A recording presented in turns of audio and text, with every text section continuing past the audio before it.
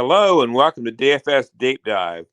My name is Brian Craighead, and we are part of the For Frequency's Sake Network. Along with myself, Jordan will be our other host tonight. He How's it going, pitched in everybody? for me. He pitched in for me last week when I wasn't feeling so great, and I'm really thankful he did. He did an amazing job, and so I'm really excited to have him. Jordan, how you doing tonight? I'm good, Brian. For yourself? Doing much better this week than last. Oh, I had, like to hear had a it. lot of medical issues with anemia and stuff here lately, so didn't feel great last week, but a lot better this week. So, Good to hear. Good to hear. Good to have you here. well, thank you. Like I said, you did amazing. So, you for a first, I think, and you have to correct me if I'm wrong. Was last week your first podcast anywhere, or I know it Oh, was with our network? yeah, anywhere. Yeah, no, I was definitely nervous if you couldn't tell. I definitely flushed in the face, but as we got rolling, I could talk football all day. So, You did great. Like I said, I listened to the whole hour, and I was like, wow, this man knows his football for sure. I appreciate you. So we're very glad to have you. So, did you watch last night's game? Oh, of course. Of course. I had Eagles money line all the way. Hey, well, there you go. You definitely got that. What kind of spread was on that? What kind of money? Well, I think the spread ended up being at like 6.5, but the money line, I mean, I think I put $50 on the money line. I got almost $20 back, but I did have Devonta Smith anytime touchdown, so that one hit big for me. Oh yeah, that hit great. Yeah, I wondered what kind of money line that, and I don't even know the proper terminology for that. But on a money line with a 6.5 spread, I didn't figure you got basically back $2 for every five you bet. It sounds like. Yeah, basically, I just didn't like the 7, and then even the 6.5 I didn't like, and I'm glad I didn't touch it because they ended up only winning by 6. So had I taken the spread, I would have lost it. Yeah, exactly. So, well, I'm glad you had some winning, and yeah, the Devontae Smith on another podcast that I do. We do what they call the Chrome Dome special, named after me with my bald head, and I hit 3 out of 4.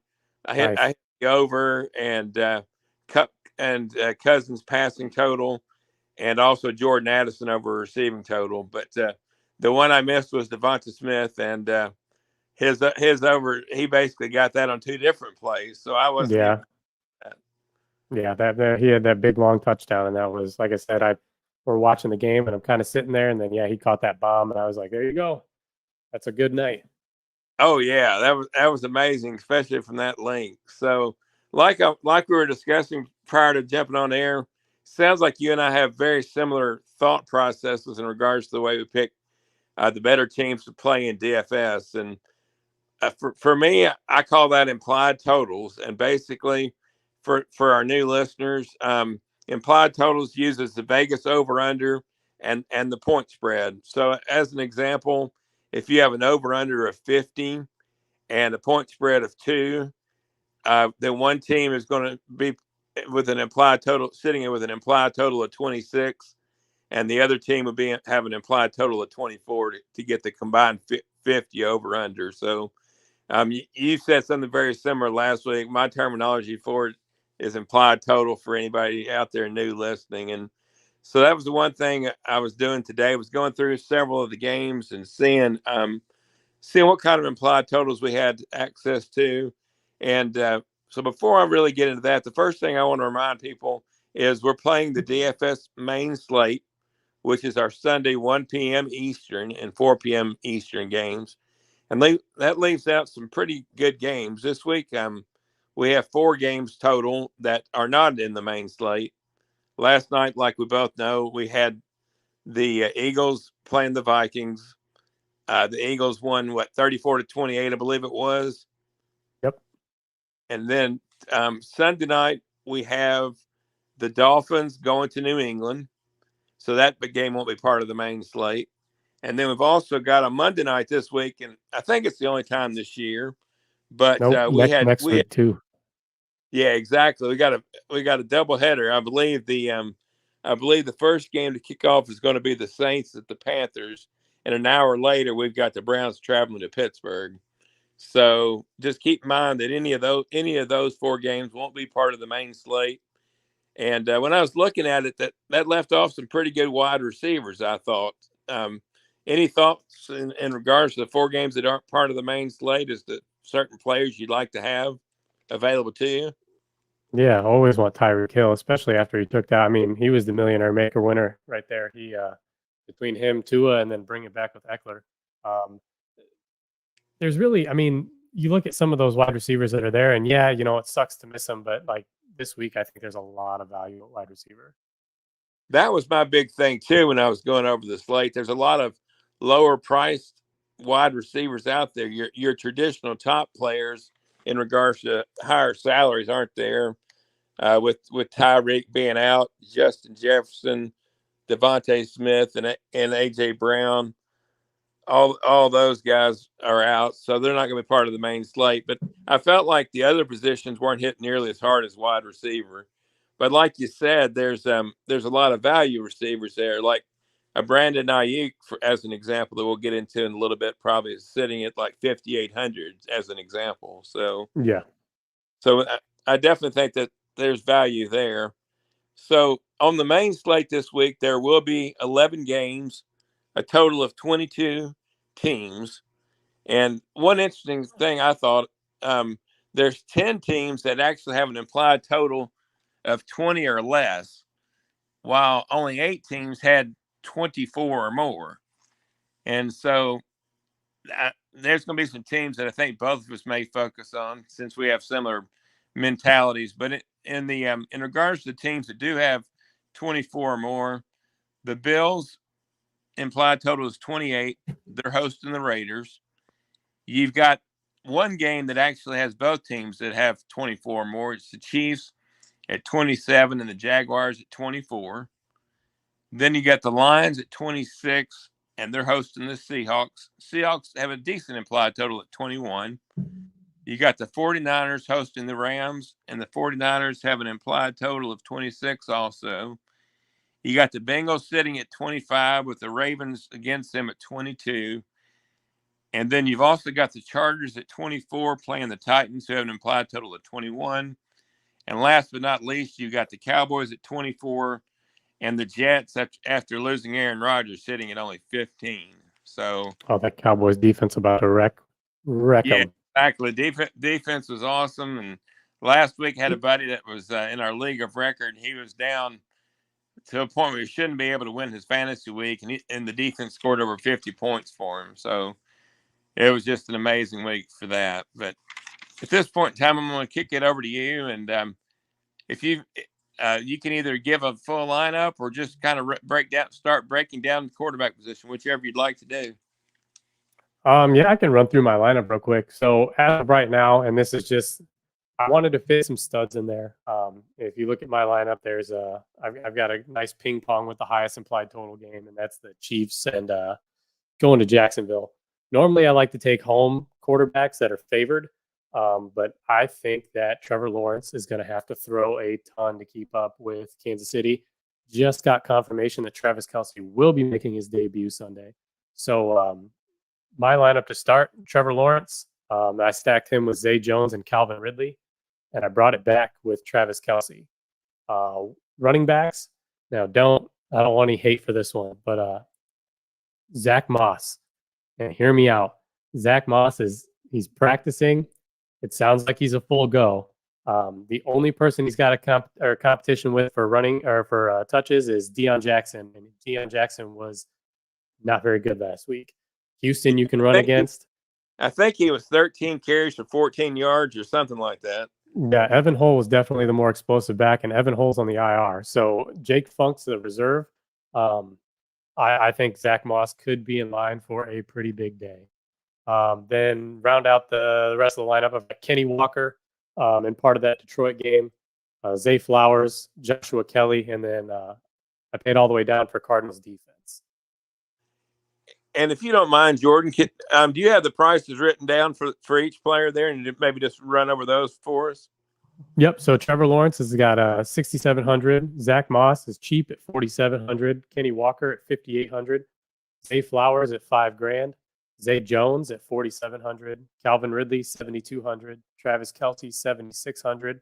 Joshua Kelly at 5,000. and Cardinals defense at 2,600. Now, asterisk on Joshua Kelly. If Austin Eckler plays, I will be off Joshua Kelly. But as of right now, I mean, even with Eckler in there, he had 16 carries for 91 yards. So if Eckler's not in there, I think his workload just goes through the roof. I think he gets passing game work and all that. As of late this afternoon, Eckler's listed as doubtful. So that's another thing I kind of wanted to throw out there. It's a great point in time to do it. Is some injuries that we're dealing with. Eckler's the most serious out of everything, but also you've got Christian Watson and Aaron Jones that are both questionable. They both are having hamstring issues, and they missed practice all three days this week. So they're kind of sitting out there. I don't know. I mean, they're in regards to Jones, he's been with the team, I think this is his 7th year. So it was said he wouldn't have to practice to play, but Watson missed last week. So I'm anticipating him being out again. Yep. And that just goes to show that, like I said, here comes the value at wide receiver. Well, exactly. So Romeo Doubs right there had a big week last week. So look for some possible potential for him.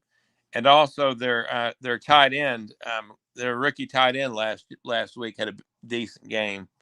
Yeah, he would have blown up had he not tripped and fallen on that wide open catch. What's his first name? I know his last name is Musgrave. I believe it's Luke. Luke Musgrave.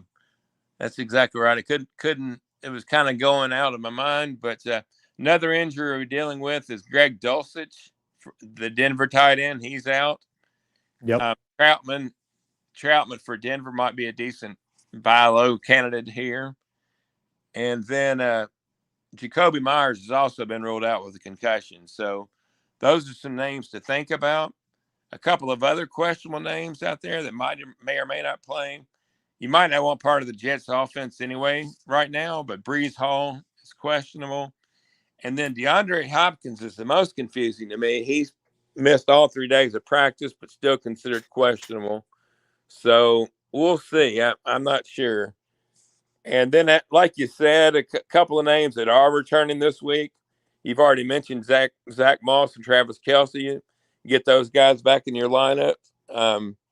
Mark Andrews is another guy that's coming back this week. And those are kind of the main names that are coming back. Oh, don't forget Jerry Jeudy for Denver's coming back. And those are the main names I have written down here in terms of the injury report. So that's something our players always have to keep in mind. Observe the injury reports and always check those inactives on Sunday morning before setting your final lineups. We give you the lineup on Friday night, but things can change over Saturday and early Sunday morning too. So, but yeah, I really like the way you had a couple of buy low players there, for sure. Oh yeah, yep. Our lineups are somewhat similar. I have some of the same players and some of the same thoughts, but so my lineup, I'll go ahead and give that out. Then we're going to give a list of pivot players and all that good stuff here. We'll run down each position, but I thought we could start out with our lineups. So my lineup starts with Jared Goff versus Seattle. Kind of talked about that previously. We both like that Seattle game. Yep. With Detroit. He's sitting at 6,200, and his team has an implied total of 26. Next, I went with Tony Pollard. The Jets played real strong defense last week, but I still like him against the Jets. He's sitting at 7,500, so he's basically my highest price player. You and I agreed totally on Kenneth Walker. He only had 12 carries last week, but Zach Charbonnet only had 3. So the game kind of got out of control in regards to using the rushing attack. I got a funny feeling Pete Carroll's going to try to run a little bit more this week. Yeah, he's going to have to keep Jared Goff and the high-powered offense off the field. Yeah, so I like the comeback player right there with Kenneth Walker. He's sitting at 5,800. To combo with Jared Goff, I went with Amon-Ra St. Brown. And I said Pollard was the highest player. Actually, St. Brown is at 7,800. Okay. Then I went with T. Higgins, playing against Baltimore. He was sitting at 6,400. His team, as well as himself, laid a complete goose egg, and he actually laid a literally goose egg. 0 catches, even though he had, I think it was upwards of 7 or 8 targets. So I don't expect a repeat performance. And the nice thing about that is his price dropped to a lower value than it's typically going to be the rest of the year, I think. So I kind of enjoy that. My biggest player that I'm kind of liking at a lower price value is Nico Collins at 4,800. He had 6 catches for 80 yards. They're playing the Colts this week, and he, like I said, he's at 4,800. So that kind of buys me some value. And then there's several rookie tight ends. We just talked about Luke Musgrave, but my tight end is Dalton Kincaid at 3,300, playing the Raiders at home. And then we both also like Zay Flowers from last week. He had an outstanding performance, and I hope we're not chasing points. I don't think we are, but he's the comeback player for T. Higgins. So I do that in a couple of spots. I like kind of the comeback players, and that's kind of the way I run that. And he's sitting at 5,000, like you said. Yep. And then last but not least, I went with the Bucs defense against what last week anyway was a very pitiful Chicago offense, and they're playing at home, and you can get them for the low price of 3,300. So that's my lineup. Like I said, you and I have several spots where we're very similar, and I really like that Jacksonville stack. I'm big on that game. The one thing about Kansas City for sure that I think, and we both know, you have to create space to get only the 2 players you'd want to have, either Mahomes or Kelsey. Basically, I can't see yourself wanting anybody else except for the possibility of Rashee Rice at 3,800. But other than that, it's really hard to find a Chiefs player you'd like. So you almost have to pay down elsewhere to get it. So, yeah, that was the biggest thing. That was my biggest reason on not playing Mahomes. I mean, so $8,300, you figure if you're going to keep on pace for a tournament, you're talking 4x his salary. So you're talking anywhere from 32 to 35 points. And I mean, Jacksonville's defense not that great. I mean, they showed that with Anthony Richardson was running all over him. He had a really decent day, and it was a really close game up until the tail end. But you have to stack Pat Mahomes with Travis Kelce, and right there, I mean, you're talking $16,000 of your $55,000 salary, and it just doesn't. You can't bring anybody back. I mean, you can, but you're having to pay down. And then, like you said, unless you're really willing to take some punts on some other plays and really pay down on like defense, and you're gonna have to pay down for 2 wide receivers. I mean, I think the value is there. So this could be a week where if Pat Mahomes isn't somebody that a lot of people are playing because they can't fit the salary, it could be a way to get different. Yeah, that's true. I know last week you had access to like the ownership percentage. Can you see the ownership on Mahomes and Kelsey? Yeah, let me jump on this other. I got so many tabs open on all my stuff. Okay.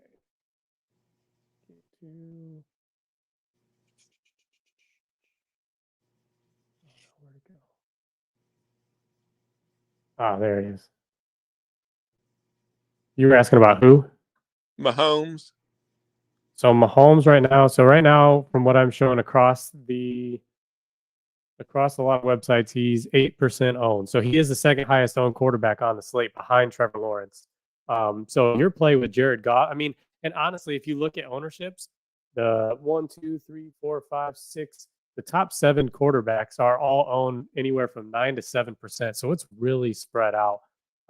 Honestly, it's really spread out everywhere. If you look at the biggest jump in percentage is at your tight end. Travis Kelce is almost 12% owned. And then the next highest is Zach Ertz at a 9% ownership. And then Luke Musgrave after that at 8. Yeah, that's you can certainly, like you said, it'd be hard to create the space, but you can make an argument for Mahomes. It'd just be tough. It always is. It's week in and week out, he's the top 2, top 3 price quarterback. Oh yeah. But yeah, I mean that's just how it goes. Yeah, exactly. So once again, that's kind of my lineup.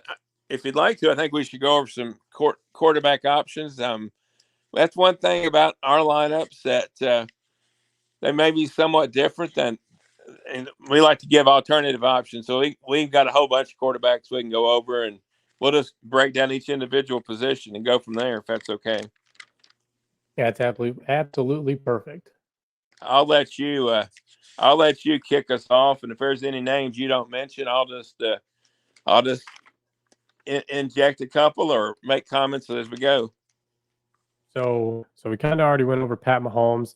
Now Josh Allen is somebody that I like to an extent. He is a home favorite quarterback, and usually you want that spread to be a little bit closer to be taking your quarterback. But I tell you what, Josh Allen, he styles. So when they get ahead, they keep the foot on the gas pedal, and I think they could come out and try to make a statement this week.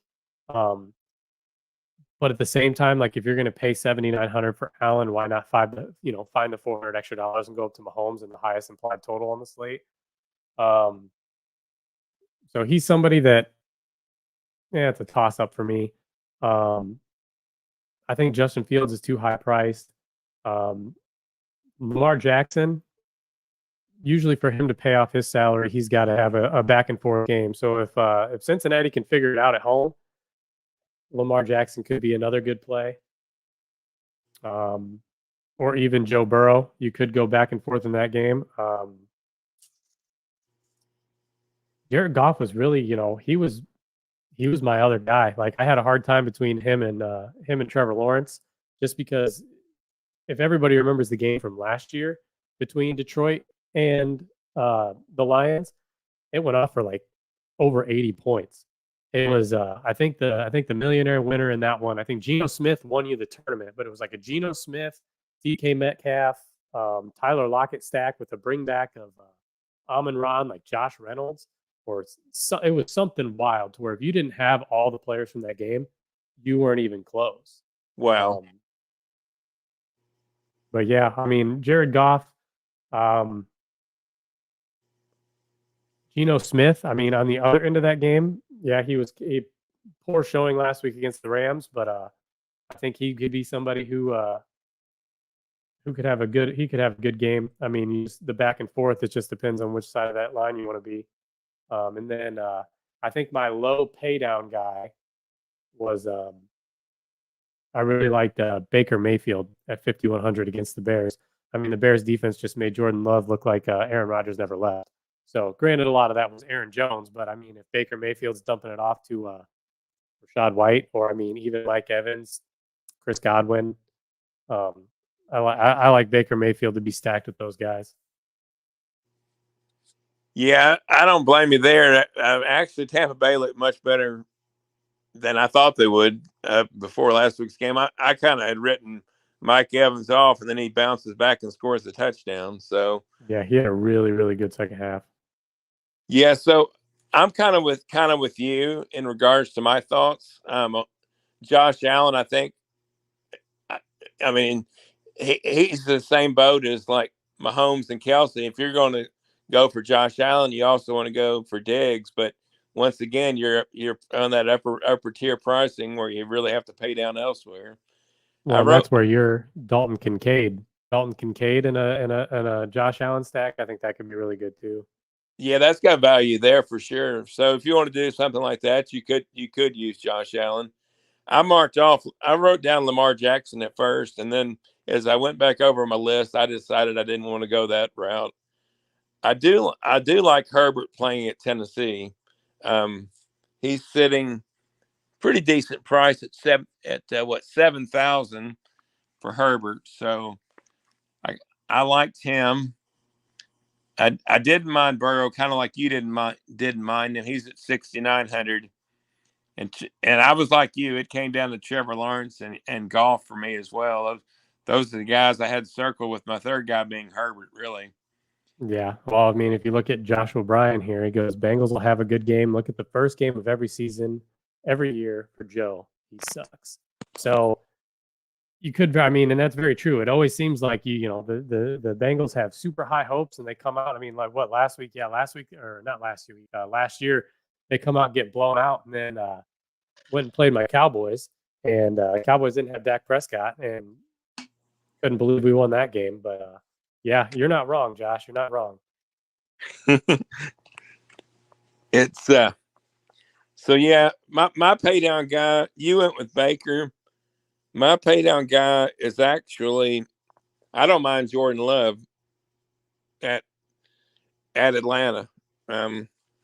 He's relatively paid down at 5,500. So I don't know. He looked good last week, but we'll see if he can keep that up. But so that's kind of my bargain basement. Like you said, Geno Smith is a good possibility as well, and he's at 5,900. So those are the quarterbacks I'm kind of looking at. Any more thoughts on quarterbacks? No, honestly, I think that's everything I've got. I think we covered it pretty good. Needless to say, there's lots of options out there, and I don't really feel like you have to pay up for the very top tier. I mean, you can, but that's just not my typical ways. Been our first fit together. My typical way is not necessarily to pay for the top end because it's just so hard to work it in. Exactly. Very rarely does it ever pay off. And like most of the time, those quarterbacks at our top end and high end, those are the guys that their stacks are just, it's so hard to stack them with somebody, if you're trying to get two top tier guys, especially in good matchups. But yeah, like I like the middling approach. I like to have a mid-tier quarterback. I like to pay down at running back. And then, wide receivers are, especially if you're playing tournaments, depending on how big of a tournament you're playing, if you're playing the Millie Maker, like you want those wide receivers that are boom or bust. You want the guys who are going to come out and can get you 40 points. Where I don't really like to play the millionaire contest just because it's, you have to beat, 900,000 people. So I focus on those ones where, you only have to beat 500 people. So you don't have to be perfect. So where you can take 3 running backs instead of 4 wide receivers because you're going for the floor. Like, 230 points won the millionaire last week. There was a contest that I was in a 3-max where one, what was it? One, let me look. I don't think it was a super high score that took that one down. If it lets me show my recent contest here. Nope, it's not going to let me show it because I'm too far away. I play too many DraftKings lineups if you haven't noticed. But yeah, no, last week I think I was under 200 that took down the 3-max that I was in. And it just goes to show that those big tournaments, like with all those people entering 150 lineups, it's tough to beat out 900,000 people. You have to be spot on. Does it happen? Absolutely. There has been a couple times last year where, a single bullet took it down. So. And that's the other thing that our listeners should understand. Jordan is more of a tournament guy, and I'm more of a cash game kind of guy. So our approach is going to be very similar, but it'll maybe somewhat different too, which makes even more interesting for the show. Is that he can give you more of a tournament style, and I'll give you more of a cash game type. So that'll be good too. We can bounce ideas off of each other. So. Oh yeah, for sure. But if we don't have anything else at quarterback, why don't you give us some thoughts on running back position? Well, before we hit running back, so something that I didn't do last week. Let's go to commercial. Let's pay some bills real quick. So thanks for joining us on DFS Deep Dive at that's for Frequency's Sake Network. And here's a little video from Durham Remodeling. Serving the Quad Cities area since 1973. And with over 50 years of excellence on their track record, you'll see why it's so easy to trust their experts when it comes to all of your home improvement projects. This family-owned business has you covered on all your needs. Protect your home or building from the elements today and get great roof repair services. Need new windows? No problem. Durham Remodeling can upgrade your windows and doors. Whether you want to upgrade the little details in your home or office, or want to tear a room down and start fresh, the expert contractors at Durham Remodeling have your back. Even the smallest changes can completely transform your space. Ready to start entertaining your friends for backyard barbecues? Durham Remodeling will help you plan, design, and build your deck and patio for the perfect outdoor space. Durham Remodeling's work is 100% guaranteed, so you can rest assured that you're getting the best service around.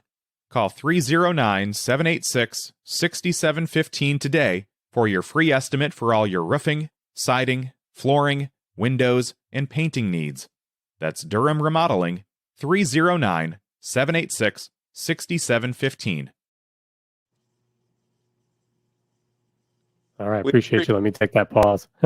We appreciate all of our sponsors. I know I did the Sunday main show this past Sunday, and it was amazing how much Doug and DJ and everybody else has reached out to the community. So thanks again for all your support.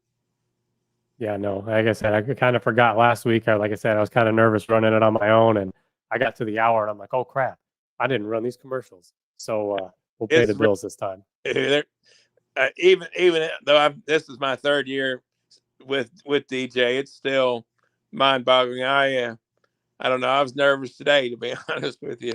So yeah. All right, so let's talk running back. Let's talk shop here. So yeah, we were both kind of pay. I mean, you had Pollard, who what was he, 7,500? 75, yeah. Yeah. So you had Pollard. I was really kind of on the opposite end of the spectrum. I paid way down for all my running backs. That was just kind of where I saved space because I wanted Kelsey. Going through my running backs. So Austin Eckler's doubtful, obviously. We talked about that at the beginning of the show. Christian McCaffrey. Now, Christian McCaffrey last week blew up. And he had a fantastic game, and I didn't think he was going to have that big of a game, especially with the healthy Elijah Mitchell in there. But let's just think about this for a second. 22 carries, 152 yards, 1 touchdown, 3 receptions for 17 yards, and he scored 28.9 points. At $8,700 in salary, that's still not even that's not 4x. That's just barely getting, I mean, you're getting at 3x value right there. So yeah, is that a great score? Yeah, that's fantastic. But is he keeping you pace in a big tournament? Nope. He's a cash game play. That's exactly like you said. You want those players with that high floor who are going to guarantee you points.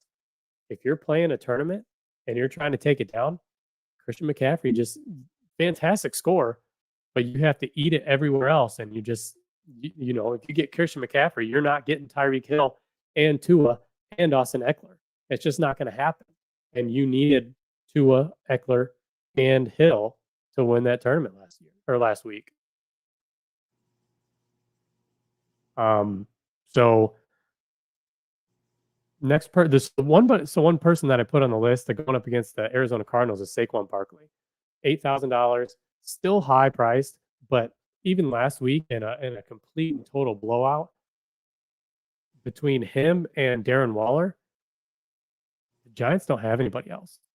I mean, they really don't. I mean, Danny Dimes didn't pass to a wide receiver until I want to say it was in the second quarter or after halftime. I think Isaiah Hodgins had the first catch, and it was like he hadn't even targeted a wide receiver at that point. So they want Saquon Barkley to have the ball in his hands, and I think that he could have a huge game this week going up against the Arizona Cardinals defense.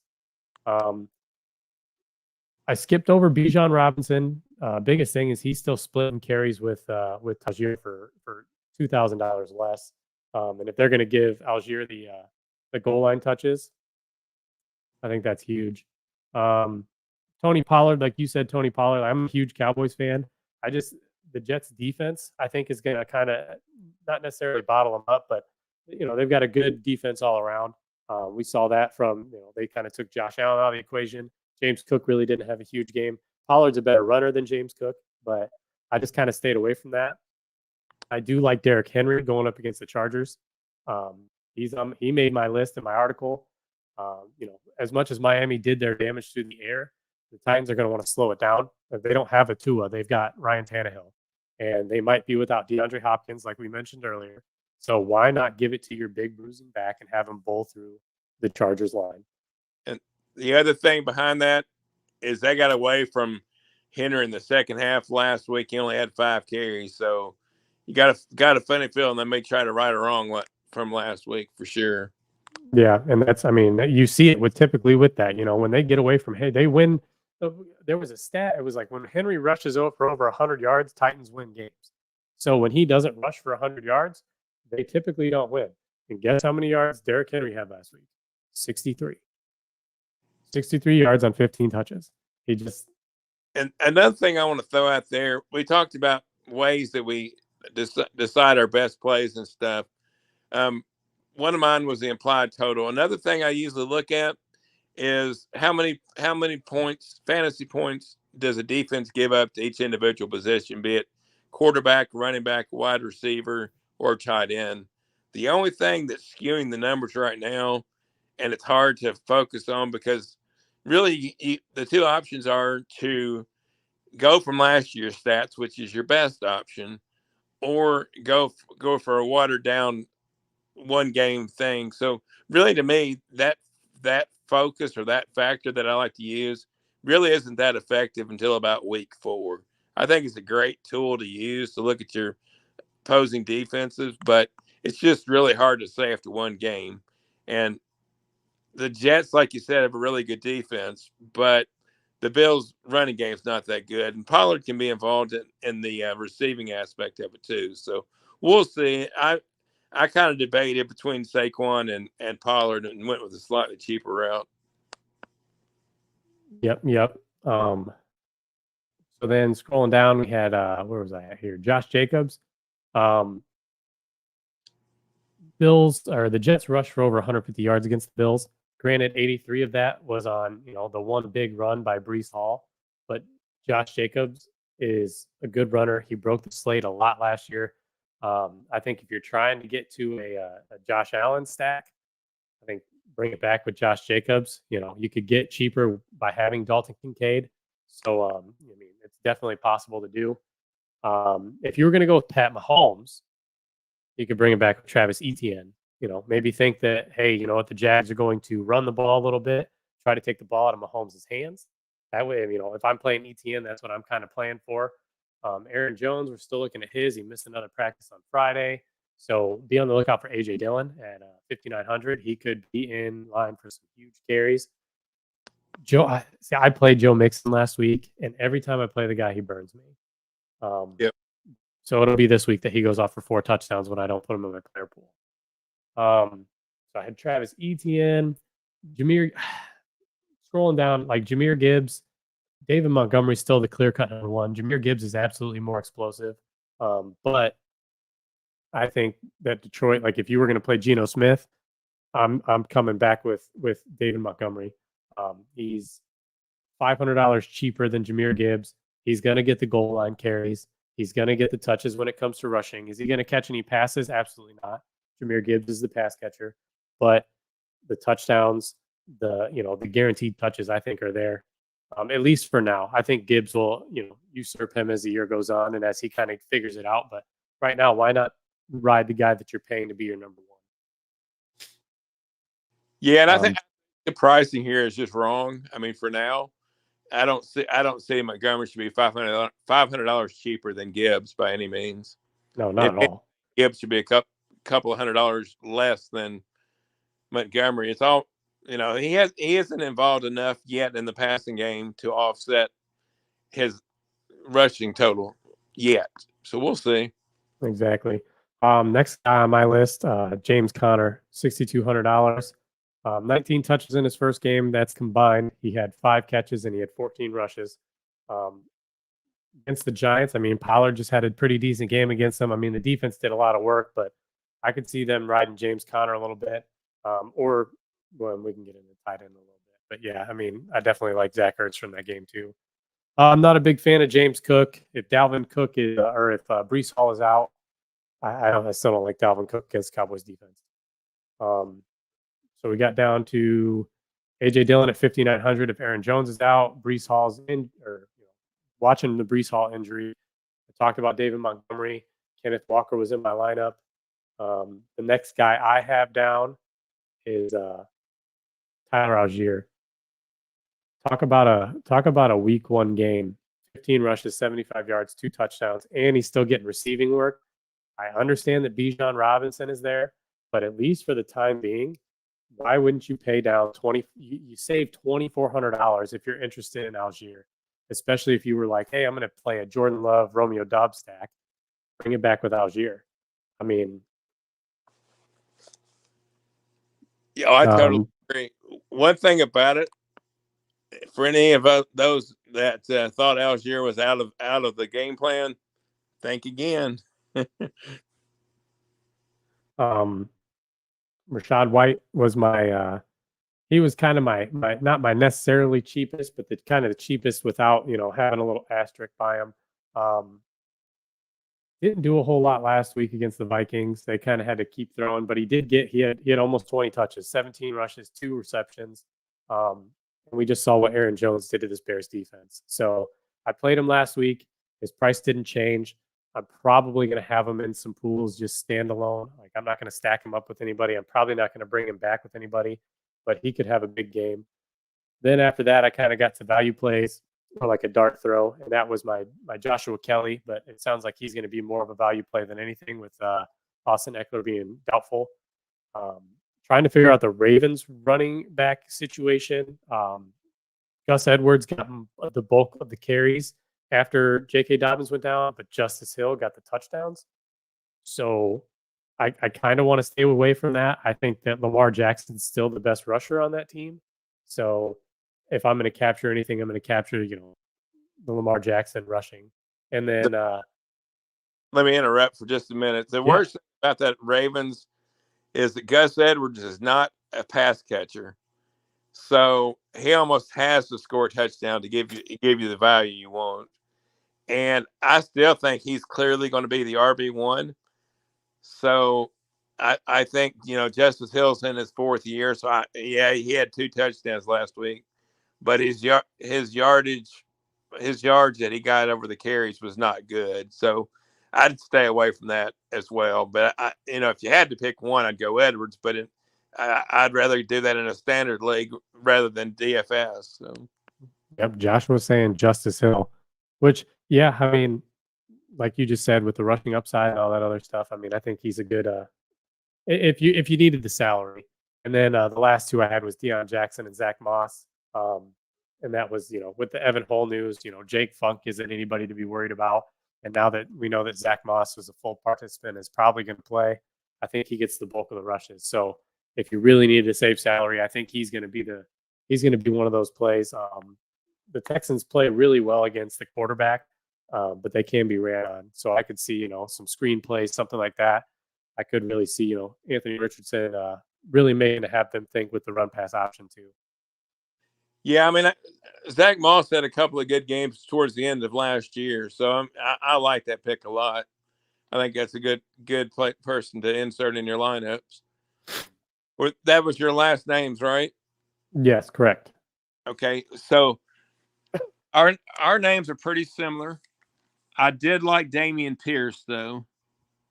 He's sitting at 5,600. I think that's somebody that his price tag's lower than it should be.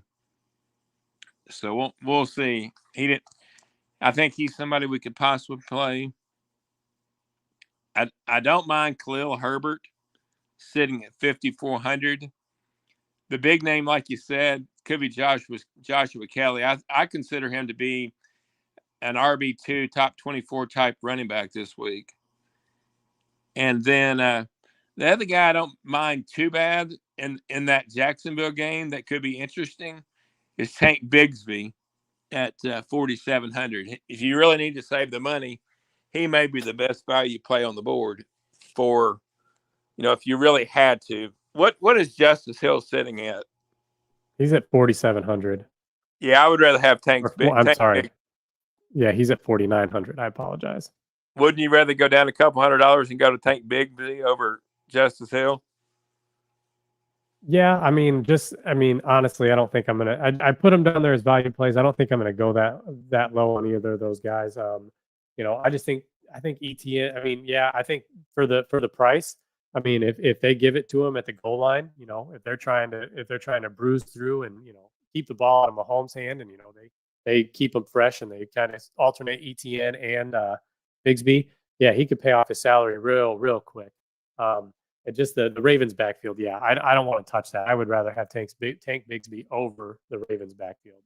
And then you said you like Dameon Pierce, Joshua said, and I just looked it up. Yep, CJ Stroud is listed as questionable now. Limited participant in practice on Friday. He wasn't on the injury report until today. So very well, they could stack the box is what he's saying. So he's saying they could stack the box. So maybe stay away from Pierce if they're going with Davis Mills. So then maybe, I mean, if you think about it, if Davis Mills has to play, him and Nico Collins had a good connection last year. So your Nico Collins play might come up, and that could be something that's good, especially if they stack the box thinking that they're just going to try to run the ball because they don't trust Davis Mills. Yeah, but I'm gonna say this on that injury. It's always possible he sits on Sunday, but over the last couple of years, I've written an injury report, and typically speaking, if you're limited on Friday, you're probably going to play over the weekend.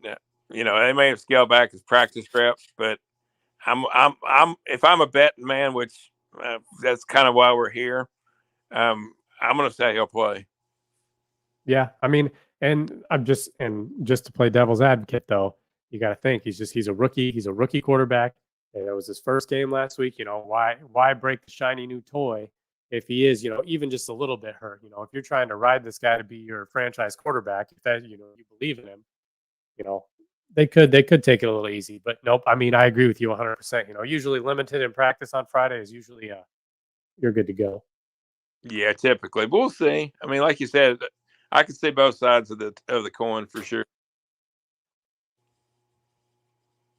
So do we have another commercial or?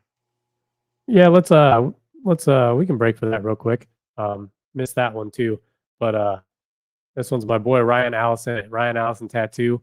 Go check him out. His work is fantastic. Let's get you this commercial here. Transform your body into a canvas of exquisite storytelling and profound self-expression with the skilled hands of Ryan Allison. Craft custom masterpieces that tell your unique story together. Ryan specializes in color tattoos as well as black and gray.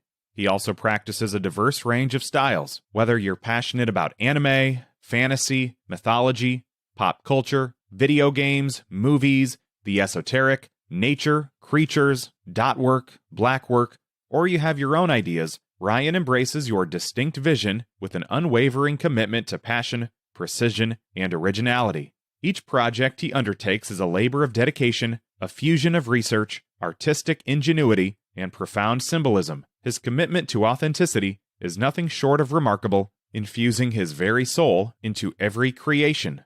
From half and full sleeves to bodysuits, awesome back pieces, to majestic front panels, Ryan is the artist for anyone seeking powerful, breathtaking artwork. With every stroke of his needle, he weaves a tale that's as unique as you are. Don't settle for ordinary tattoos when you can elevate your ink to the extraordinary with Ryan Allison. Embark on your creative journey by booking a consultation with him and proudly exhibit your story on your skin. Visit Ryan at Why Not Ink Studio in North Park Mall or check out his portfolio online at ryanallison.art. Ryan Allison Tattoos. When you choose me, you're not just getting a tattoo, you're getting an experience.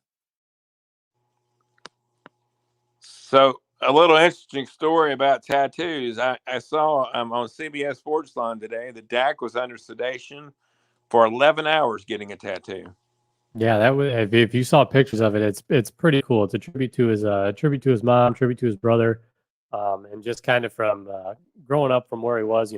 Grew up in the trailer parks. Not your typical kid. I mean, honestly, you hear a lot of stories like that in the NFL. People who grew up, without parents or coming up from nothing, and that's kind of just his story. But yeah, it's a beautiful piece. And Ryan's tattooed me, and I won't go anywhere else. He is a fantastic artist. So definitely check him out at Why Not Ink over in Davenport, North Park Mall.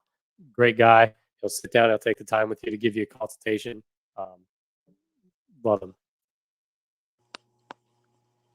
So all right, let's break down these wide receivers now here. So I was stacking two of the Jacksonville wide receivers and then Zay Flowers. So on my list, so I do have the highest paid or the highest salaried wide receiver in Stephon Diggs. He had a huge game in prime time against the Jets. And like I said about Josh Allen, I think if Josh Allen comes out to style, I think Stephon Diggs is going right along with him. He's the guy in that place. Dalton Kincaid, like we kind of talked about, was another person who you could stack if you didn't, you wanted to save some salary. Coming down to Jamar Chase, I do like Jamar Chase in Joe Burrow coming back.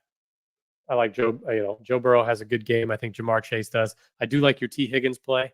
I didn't realize that he had 8 targets. I was kind of staying away from it because I thought they kind of phased him out.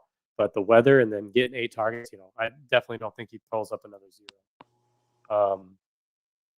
Amon-Ra St. Brown, he was the next person on my list. Like I said, and this game produced fireworks last year, so I'm kind of curious to see how Amon-Ra can do, especially when you have the likes of Puka Nacua and Tutu Atwell putting up huge games against this defense. So I think Amon-Ra, he sits right in the middle of the field. I think he can really bust it wide open.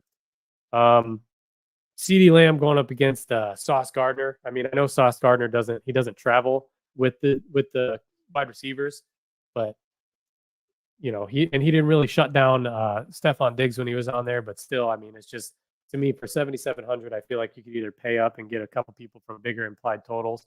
I also think the Cowboys, I think they handle this game pretty easily, and they don't really have to air it out a whole lot. Devontae Adams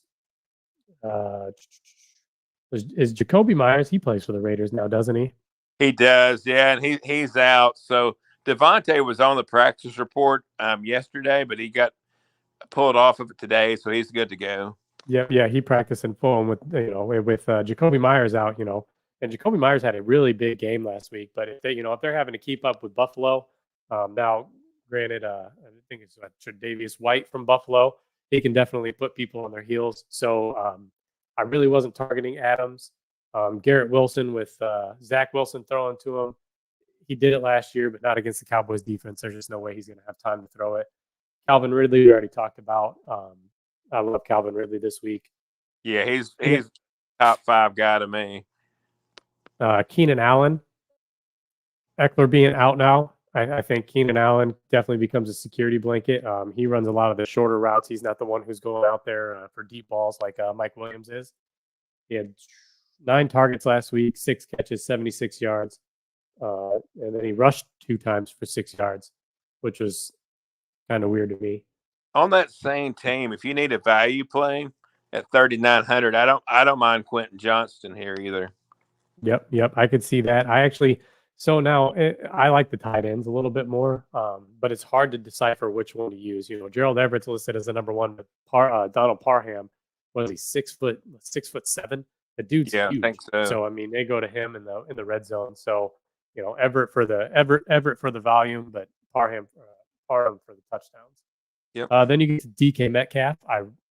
DK Metcalf in the second highest implied total game of the week. I think that could be fireworks. We're still watching DeAndre Hopkins with the injury report, but if he plays, somebody say that I was reading something. Somebody said that he was out, but I haven't seen that news yet. I've not seen a break as of like 5 o'clock. 5 or 5:30. I went back and checked everything. Yeah, he's still questionable. So, but if he plays, I think you could run a ping pong with Derrick Henry and DeAndre Hopkins. Jerry Jeudy coming back, going up against the Commanders. I just don't trust Russell Wilson anymore. I'm not saying that he's washed. He's a good quarterback. Man, he hasn't looked good for a season in one game now. Commanders, you talked pretty decent defense too. Yeah, I agree with that. You talked about T. Higgins, Michael Pittman. I wrote Michael Pittman off. I didn't think he was going to do anything, and then he comes out and he had 11 targets last week. 11 targets, 8 catches, 97 yards, and a touchdown. Where'd he come back? He rose from the dead. But yeah, I put him on there. Go ahead. On Pittman, I'm still on a wait and see approach with him though. He had a good game last week, but yeah, I'm still waiting for Anthony Richardson to prove himself again. Yeah, I agree. And like we kind of talked about with the Texans defense, they play really tough on quarterbacks. Then we talk. I was scrolling down. Mike Evans, 10 targets week 1, and he got a reduction in salary. Not much, just $100. But I mean, the Bears defense just got shredded by Jordan Love. So Baker Mayfield could be having, could be another Baker Mayfield day. And Baker Mayfield will win you a tournament every once in a while. Not very often, but every once in a while. Tyler Lockett. If I was going to stack Geno Smith, I'd stack it. I like Tyler Lockett more than I like DK Metcalf. DK Metcalf is the big body guy, but Tyler Lockett's the same player, and he's $900 cheaper. That lets you fit in Geno, Tyler Lockett, and then bring it back with Amon-Ra and not really have to worry about a salary. One thing I'll say about Seattle, not this week, but within a few weeks, it would not surprise me if Smith-Njigba is the number 1 wide receiver. Yeah, I'd be interested to see. I mean, I don't know how much he played last week. I know he was coming back from a hurt. Anybody have a hurt hand? He broke his hand or something like that. I think so, and he still went up with a decent amount of targets. So yeah, so we'll see. We'll see what happens here. After Tyler Lockett, Chris Godwin. I think I'd rather just pay up $200 for Mike Evans, Christian Watson on the injury report. Gabe Davis could be somebody to watch. Statistically, the quarterback, the home favored quarterback, and the wide receiver 2. Home favored quarterback, wide receiver 2 win you a lot of tournaments. So just keep that in mind because Gabe Davis is also $2,200 cheaper than Stephon Diggs. You kind of talked about Brandon Ayuk. He had a huge game week 1. Going up against the Rams defense, I think might be a little bit different. But I like Brandon Ayuk on the year. I think he definitely Deebo Samuel's more of a gadget guy. And I think Brandon Ayuk is the guy that's going to go out there and catch those deep balls, catch those touchdown passes. I was really high on George Kittle for some reason this year, and he didn't do much. Mike Williams, Austin Eckler's out again. We talked about that. You kind of like Justin Herbert. You can stack Mike Williams for $2,600 cheaper. We both talked about Zay Flowers. I really love Zay Flowers. I mean, 10 targets as a rookie in his first game. We could be chasing the hype train, but if we're on the train early and it continues, you could be looking for some serious return. Terry McLaurin really didn't do a whole lot with Sam Howell throwing on the ball. I was more high on Jahan Dotson last week. Deebo Samuel, just talked about him being the gadget guy. DJ Moore, I had high hopes for DJ Moore too. Tampa Bay secondary is not, you got to think they have Yair Alexander on Green Bay, probably shadowed DJ Moore a little bit. Tampa Bay secondary is not as good as the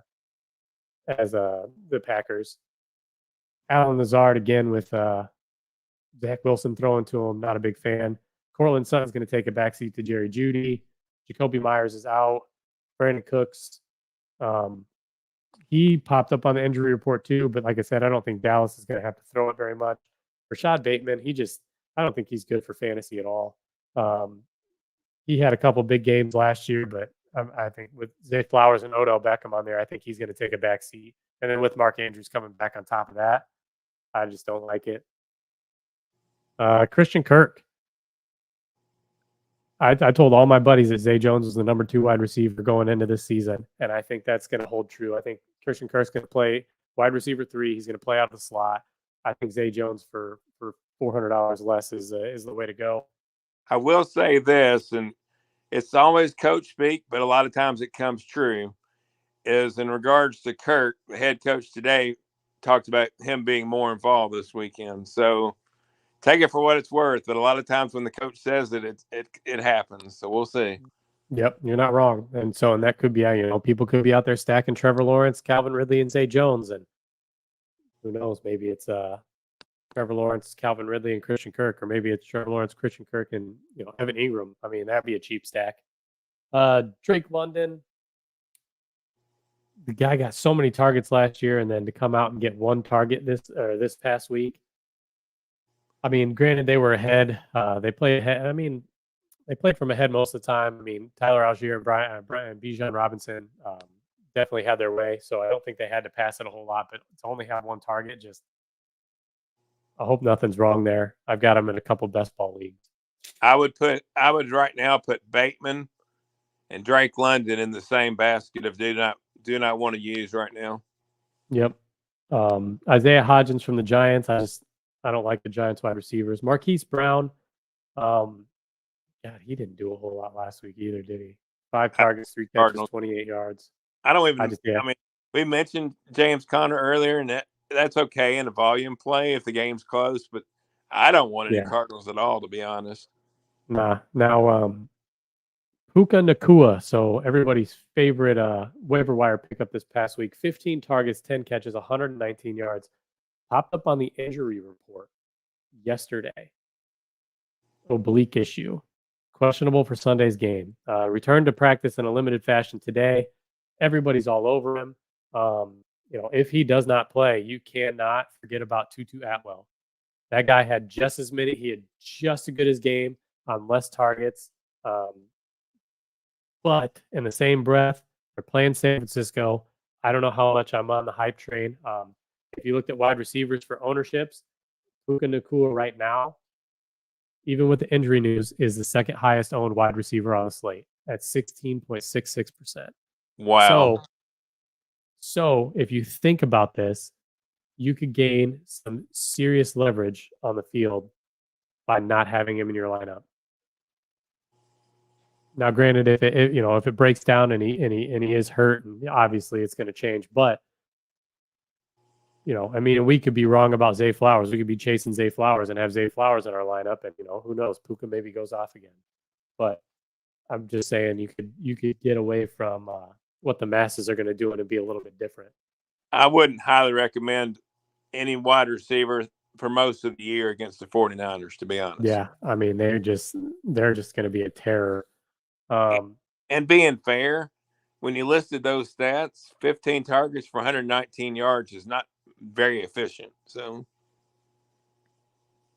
yeah. Josh asked about Allen Robinson. So now I had a couple other people who picked up Robinson on the waiver wires, and I was like, I don't know what's going on with that. I don't even see. Does he still play Monday night?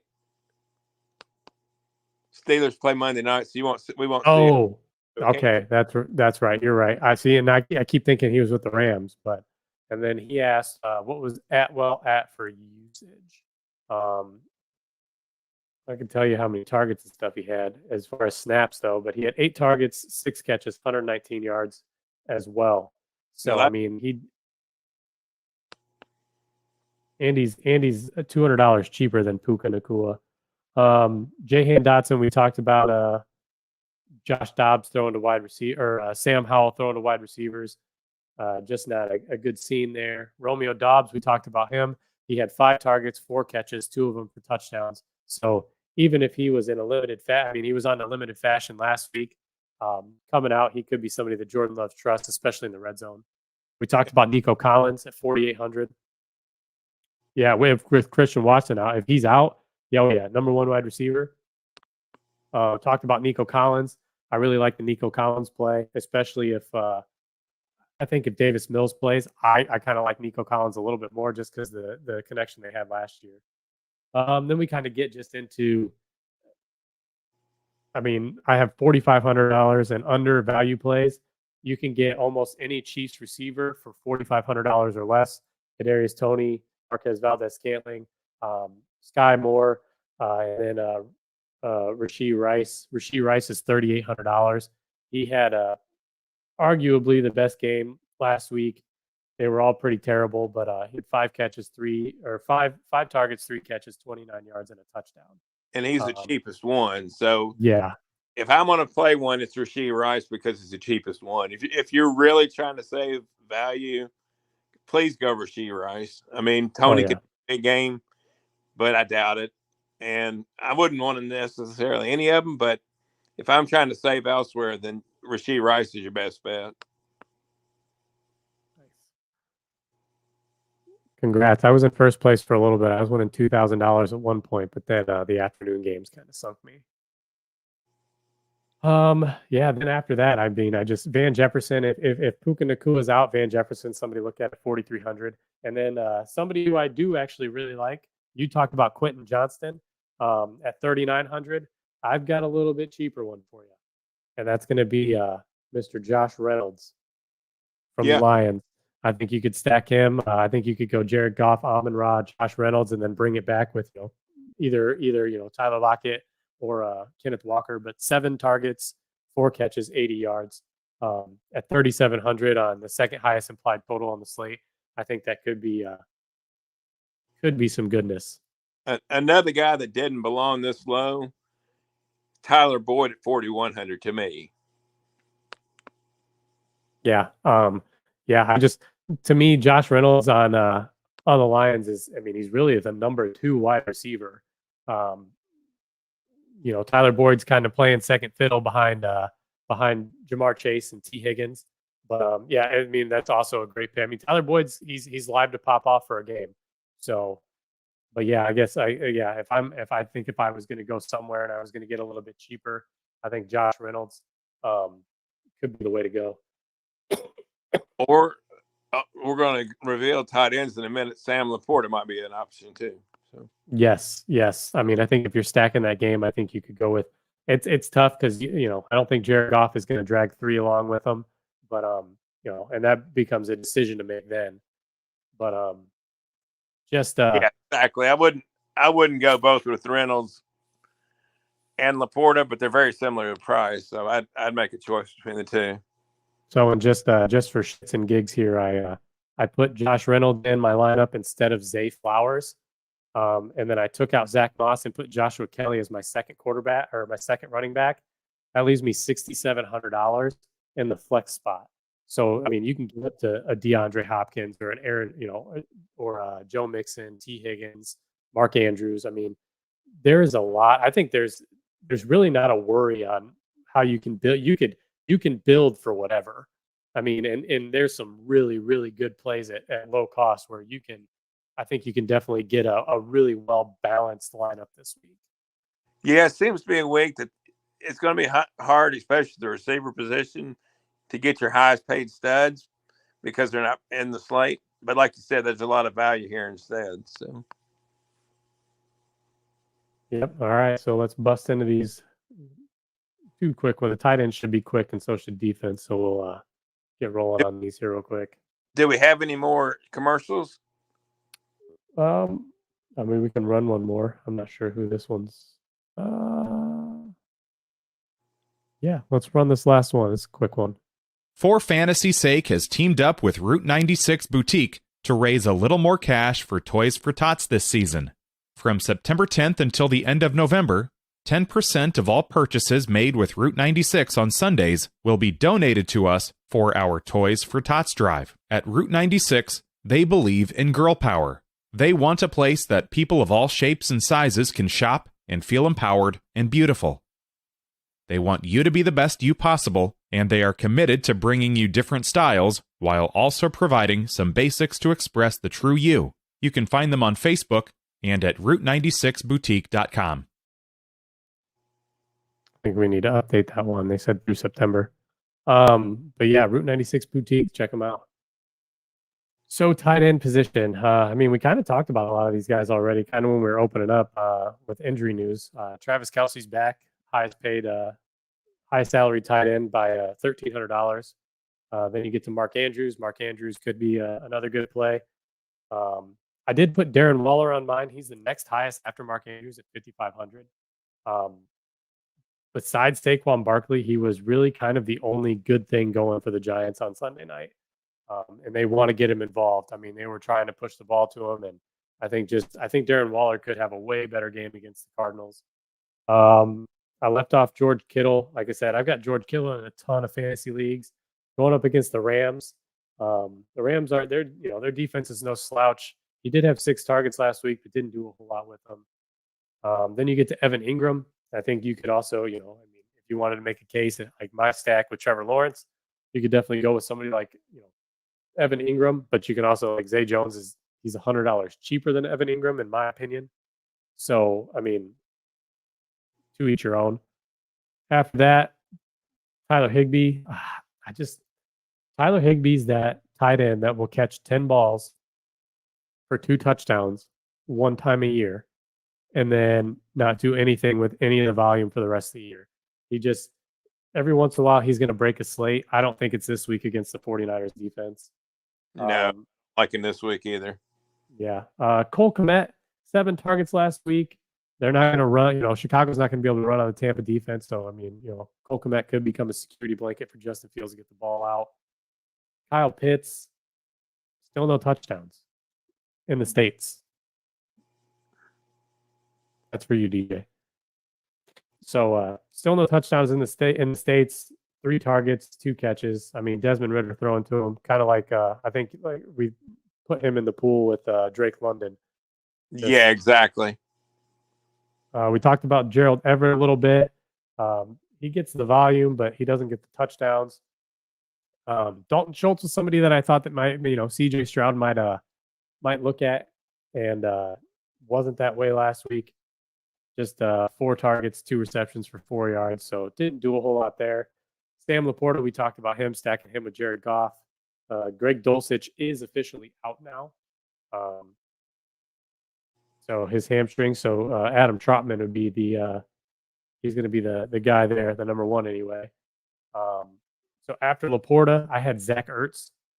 I didn't think he was going to play week 1.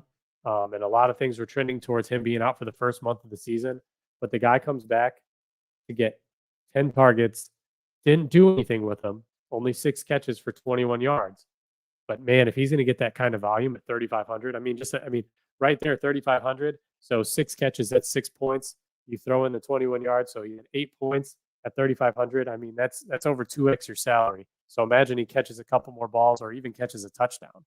I mean, that puts him at, he's at 3x, 4x his salary right there. Or even think about that. That's barely averaging 3.5 yards per catch. So, I mean, let's say he gets 8 yards per catch. He's 6 catches for 50 yards, which is more Ertz-like. Yep, and that's, and he still might be, maybe he didn't play all the snaps, and maybe he's still kind of being a little ginger on that knee, but as he builds his confidence back, I think he's good. I had Noah Gray as an injury watch, but Travis Kelce's back, so Noah Gray takes the back seat. Tyler Conklin didn't do anything last week, and he's not going to do anything against this Cowboys defense. We talked about Dalton Kincaid. Dalton Kincaid, somebody that we both like. Chig Okonkwo, he was somebody who last year burst on the scene and was just, it seemed like I was playing him every week because he was cheap. He was getting targets. He was getting red zone looks, and he had 2 targets last week and didn't do anything with them. Jake Ferguson from the Cowboys. I just think there's better options. Like I said, Cowboy, I don't think they're going to have to throw a whole lot. We both like Luke Musgrave, $3,200. He had 2 deep shot opportunities. One where he caught it and fell down, and the other one they just missed him just a little bit. So I think he's got a shot to be good. I had Isaiah Likely, but Mark Andrews is coming back, so I took him off my list.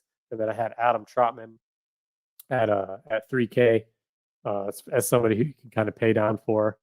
I wasn't a big fan like Irv Smith, no. Dalton Knox. I think Dalton Knox, just trying to split with Kincaid out there. Kincaid's he's gonna usurp him here pretty quick.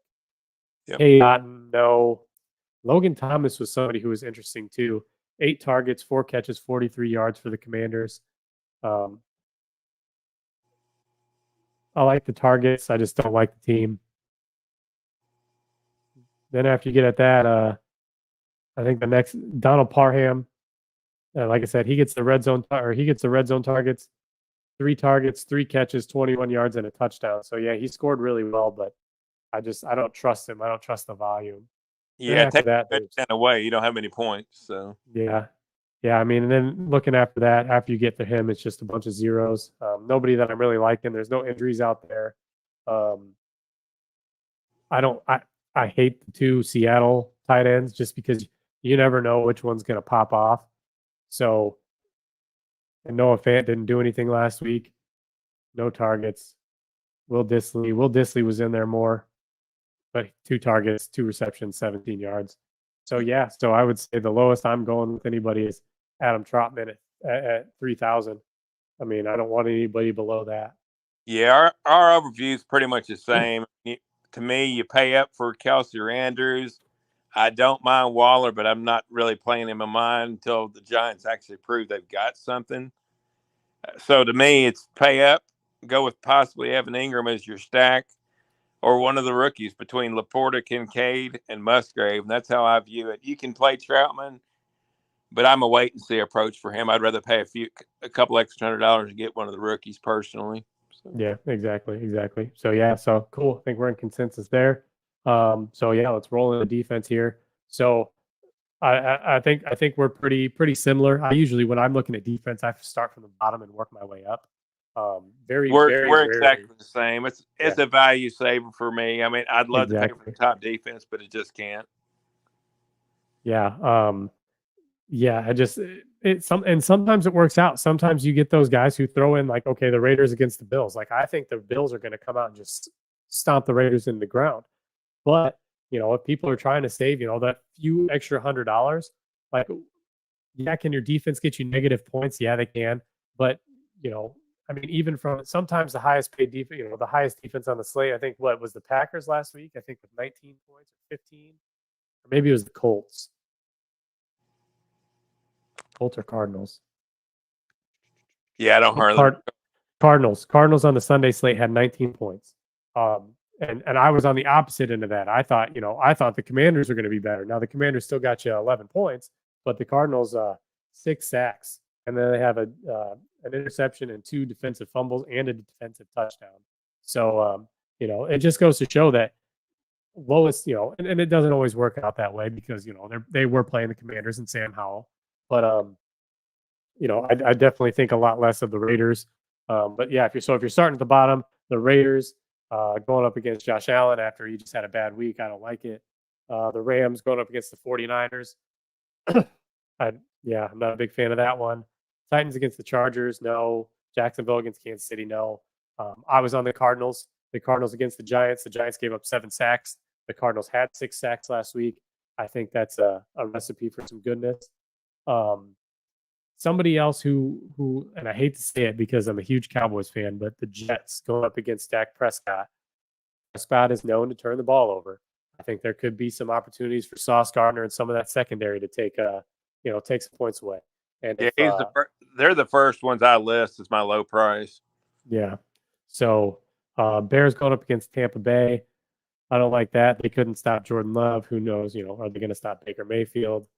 Baltimore against Cincinnati, if it's viable, if Joe Burrow comes out and plays like garbage like he did the first 2 weeks last year, I mean, the Ravens could be sneaky. I like Seattle and Detroit. Was always kind of especially in that division, it's just a smash mouth, ugly football sometimes. So yeah, Seattle going against Detroit, I don't like that. I like that game to shoot out. Atlanta and Green Bay, Atlanta could be viable. Detroit and Seattle, I don't like Detroit. I like that game to shoot out. Green Bay against Atlanta. Green Bay had a good showing last week. Could they make Desmond Ridder a little uncomfortable? Possibly. I just don't think they shut down that running tandem. Commanders against Denver. Once again, viable. I mean, Russell Wilson likes to take sacks. He's not as mobile as he used to be, and he's definitely prone for some mistakes. I've got that listed as one of my games. Yep. KC Jacksonville. I think Trevor Lawrence can style here. Tampa Bay against Chicago. I think you had Tampa Bay, didn't you? That was your defense. I did. I picked them as my line, so I like them. Justin Fields got to figure it out real quick. But if he doesn't figure it out, then I think Tampa Bay could be huge. Bengals against Baltimore. I mean, like you said, sometimes that game could be real smash mouth, but who knows? Indianapolis against Houston. If CJ Stroud is out, I think you could definitely get to Davis Mills as well. So the Colts again are viable. Chargers against Tennessee. Chargers have some good cornerbacks, but I think Tennessee rides the run. I think Tennessee can run on them. Houston gets after the quarterback. Houston against Indianapolis. So I think Richardson could have some mistakes. He's still a rookie. It's only his second game. Bills against the Raiders. Yeah, I mean, Garoppolo's a game manager, so I think he's really good at protecting the ball and not throwing in too many mistakes. And if I'm going to pay $3,700, I'm just going to pay up. Well, that's what I was about to say. Yeah. To me, I mean, most of the defenses from here up, I mean, certainly could play for, but gosh, do you want to pay for it? Is my question. Right. Well, and that's what I'm saying. So, like, if I'm if I'm going to pay up for defense, I'm paying up for the Cowboys. And like I said, that might be a little bit biased, but I think everybody's on that. Yeah. That's something that can also get you different in tournaments, because everybody I mean, we proved it. You and I, myself, we like to pay down for defense. It's a value spot. Get different, pay up for the Cowboys. I mean, you can pay up for the Cowboys. Who knows? Maybe they get you another 20 points, 30 points. I mean, 37 points last Sunday night. I mean, you had to have them in the showdown. Otherwise, you weren't getting anywhere near. Oh, no. But I will say, so just real quick. So you can fit them in my lineup. So Trevor Lawrence, Josh Kelly, Kenneth Walker, Zay Jones, Josh Reynolds, Calvin Ridley, Travis Kelce, Zay Flowers, Cowboys defense, and that still leaves you $300 in salary left over. So, like I said, it's definitely doable. There's definitely some value out there at running back, at wide receiver. Let you get the highest paid tight end on the slate, one of the highest paid wide receivers, and the second highest defense. I mean, it's doable this week, and DraftKings will figure it out eventually. Here in the next couple weeks, everybody's going to be salaried where they should be. So take those shots now. Take those shots. Take those risks while you still can. Yeah, like I said, here dealing in week 2, you're still trying to figure out what each team has this year. So now's the time to make your shots, because later in the season, DraftKings DraftKings is a lot like Vegas. See, look, we're making people think that they have to make different lineups now. Yeah. Josh had to make another lineup. Goff, Rashad White, Pollard, Reynolds, Lockett, Ridley, Dalton Kincaid, Keenan Allen, Bucks D. Yeah, I like that. So if we want to, Jordan, we can give our picks. Oh, yeah. I almost forgot about those last week, too. Why don't you go first, and I'll end with mine. All right. So I just want to precursor this by last week. Scroll down. Matter of fact, let me open up my notes just because I want to brag about this a little bit.